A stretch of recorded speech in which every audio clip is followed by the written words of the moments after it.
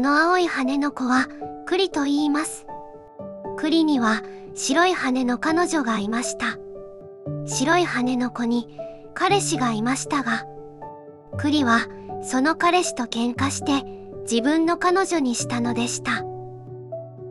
栗と彼女は仲良く過ごしましたが、栗は飛ぶことができなかったので、彼女が飛び立ってしまうと待つことしかできなかったのです。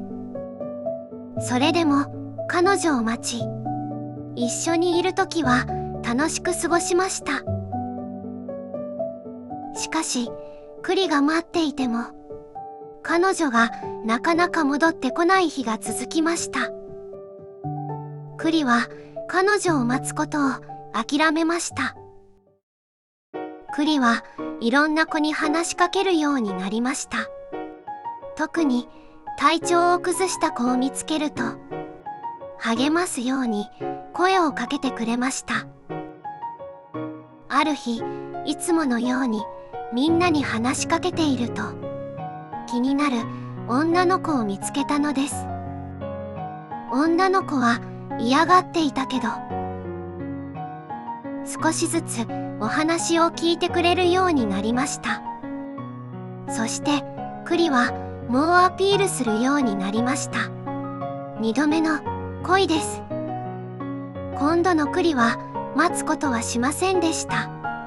彼女が隠れていても見つけ出しました。私の足に乗っていても追いかけました。彼女も栗を受け入れるようになってきました。しかし、彼女には問題があったのです。それは、彼女には彼氏がいたのです。彼氏は飛ぶこともできるし、強い子でした。なんとか彼女のそばにいたい栗。けど、今回は彼氏と喧嘩はしませんでした。なぜなら、彼女は彼氏と栗を受け入れたのです。ここから不思議な三角関係が始まりました。しばらくして彼女は巣になる場所を見つけました。彼氏との卵を産む準備をしたのです。心配して寄り添う彼氏。彼氏が離れると栗が寄り添ってくれました。栗の励まし方はいつもテンション高めです。そして彼女は卵を産みました。栗は彼女のサポートをしてくれました。数日後、3羽の可愛い赤ちゃんが帰りました。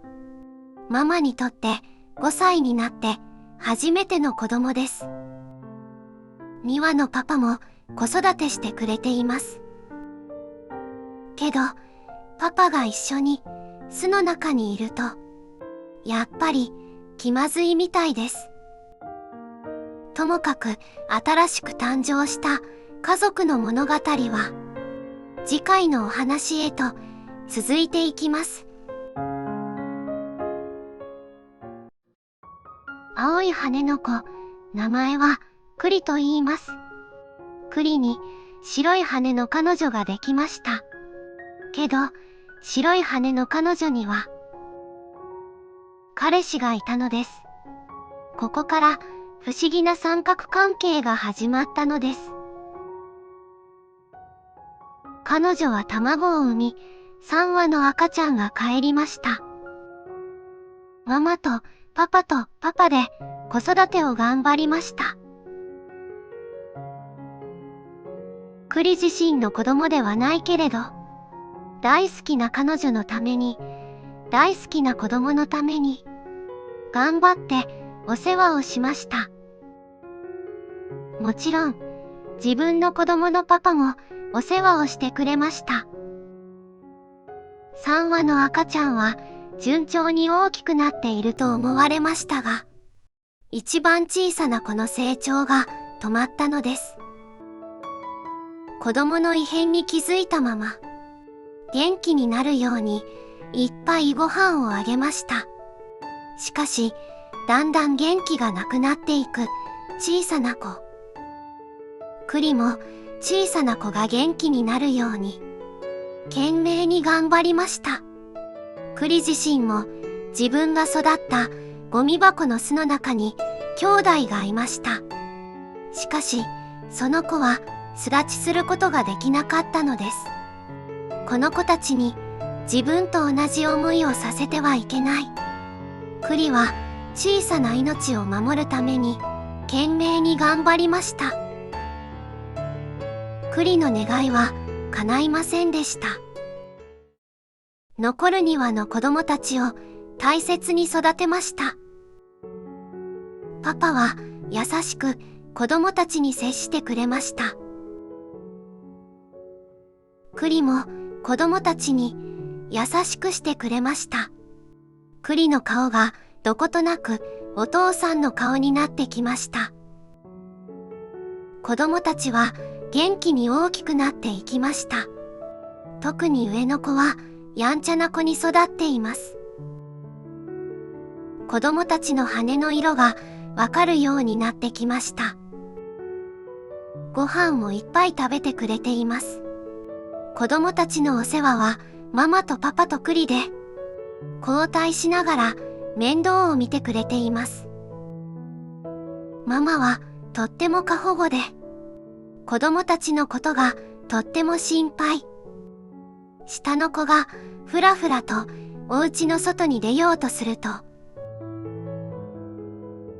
お外に行ったらダメよ、と優しく連れ戻してくれました。